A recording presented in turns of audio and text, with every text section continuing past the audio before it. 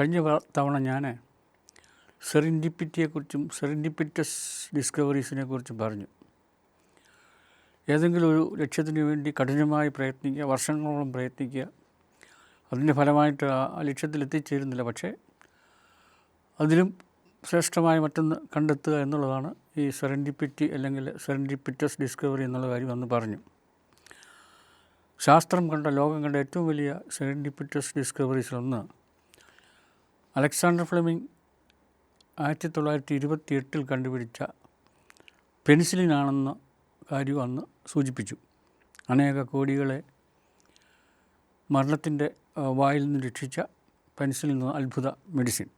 അതിനെക്കുറിച്ചൊക്കെ കഴിഞ്ഞ പ്രാവശ്യം പറഞ്ഞു, ഞാനത് വീണ്ടും ആവർത്തിക്കുന്നില്ല. ഈ അലക്സാണ്ടർ ഫ്ലെമിങ്ങിൻ്റെ ഇത് കണ്ടുപിടിച്ച പെനിസിലിൻ കണ്ടുപിടിച്ച സർ അലക്സാണ്ടർ ഫ്ലെമിങ്ങിൻ്റെ ജീവിതവും ഒരു യാദൃശ്ചികതയായിരുന്നു. സ്കോട്ട്ലൻഡിലെ ഒരു ഗ്രാമത്തിൽ ഒരു കൊച്ചു പയ്യൻ ഒറ്റയ്ക്ക് കളിക്കുന്ന സമയത്ത് അവനെങ്ങനെയോ ഒരു ചതുപ്പിൽ താഴ്ന്നുപോയി, ചതുപ്പ് വീണു. അവന് ചതുപ്പിൽ നിന്നും എഴുന്നേൽക്കാൻ ശ്രമിക്കുന്തോറും കൂടുതൽ കൂടുതൽ ആഴത്തിലേക്ക് ആഴ്ന്നുപോയി. ഇവൻ്റെ വലിയ കരച്ചിൽ കേട്ടങ്ങ് ദൂരെ പണി ചെയ്തുകൊണ്ടിരുന്നൊരു കർഷകൻ, ഫ്ലെമിംഗ് എന്ന് പറയുന്നൊരു കർഷകൻ, അദ്ദേഹം ഓടി വന്നപ്പോൾ ഈ കുട്ടി ഇങ്ങനെ ചതുപ്പിൽ താഴ്ന്നുകൊണ്ടിരിക്കുകയാണ്. അദ്ദേഹം, ഈ ഫ്ലെമിംഗ് കർഷകൻ, തൻ്റെ ജീവൻ പോലും പണയപ്പെടുത്തി അദ്ദേഹം ഈ കുട്ടിയെ ആ ചേറ്റിൽ നിന്ന് വലിച്ചു കയറ്റി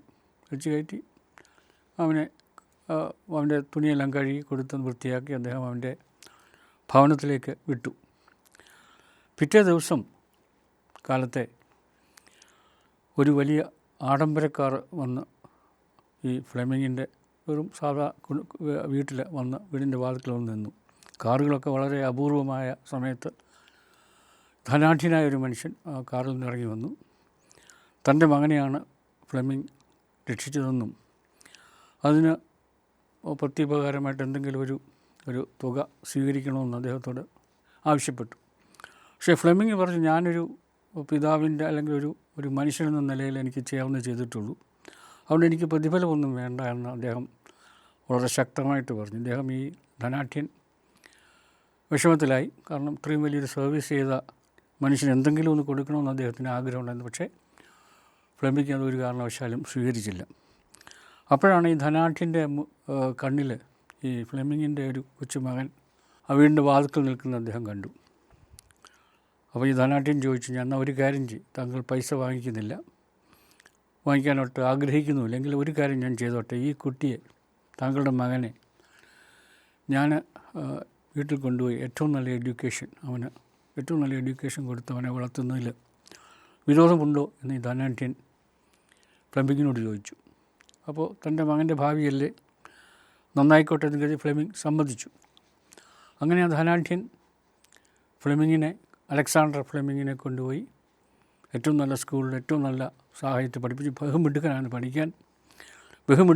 അദ്ദേഹം. എല്ലായിടത്തും ഒന്നാമനായി ജയിച്ച് അവസാനം ലണ്ടനിലെ പ്രശസ്തമായ ക്യൂൻസ് മെഡിക്കൽ കോളേജിൽ അദ്ദേഹം പഠനത്തിൽ ചേർന്നു. അവിടെ പഠിച്ചു, ഗവേഷകനായി. അങ്ങനെ അദ്ദേഹം 1928 ലോകപ്രശസ്തമായ പെനിസിലിൻ, അത് യാദൃശ്ചികമായിട്ടാണെങ്കിലും കണ്ടുപിടിച്ചു എന്നാണ് ചരിത്രം. പക്ഷേ കഥ ഇവിടെ അവസാനിക്കുന്നില്ല. ധനാഢ്യൻ്റെ മകൻ, ഈ അലക്സാണ്ടർ ഫ്ലെമിങ്ങിനെ എടുത്തുകൊണ്ട് പോയി പഠിപ്പിച്ച് കേമനാക്കിയ ധനാഢ്യൻ്റെ മകൻ, അദ്ദേഹം ബ്രിട്ടീഷ് ആർമിയിലായിരുന്നു. അദ്ദേഹത്തിന് ന്യൂമോണിയ ബാധിച്ച് അത്യന്തം എന്താ പറയുക, മൂർച്ഛാവസ്ഥയിൽ ആയിപ്പോയി.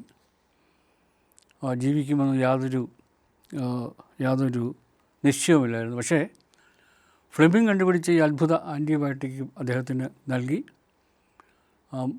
കുട്ടി, ആ ഒരു യുവാവ് ന്യൂമോണിയയിൽ രക്ഷപ്പെട്ടു. ആ രക്ഷപ്പെട്ട ആരാണെന്ന് ചോദിച്ചു കഴിഞ്ഞാൽ സാക്ഷാൽ വിൻസ്റ്റൺ ചർച്ചിൽ ആയിരുന്നു എന്നാണ് ചരിത്രം പറയുന്നത്. ഈ ധനാഢ്യൻ്റെ മകനായ, പിന്നീട് ലോകം ഏറ്റവും ആദരിച്ച വിൻസ്റ്റൺ ചർച്ചിലായിരുന്നു എന്നാണ് ചരിത്രം പറയുന്നത്.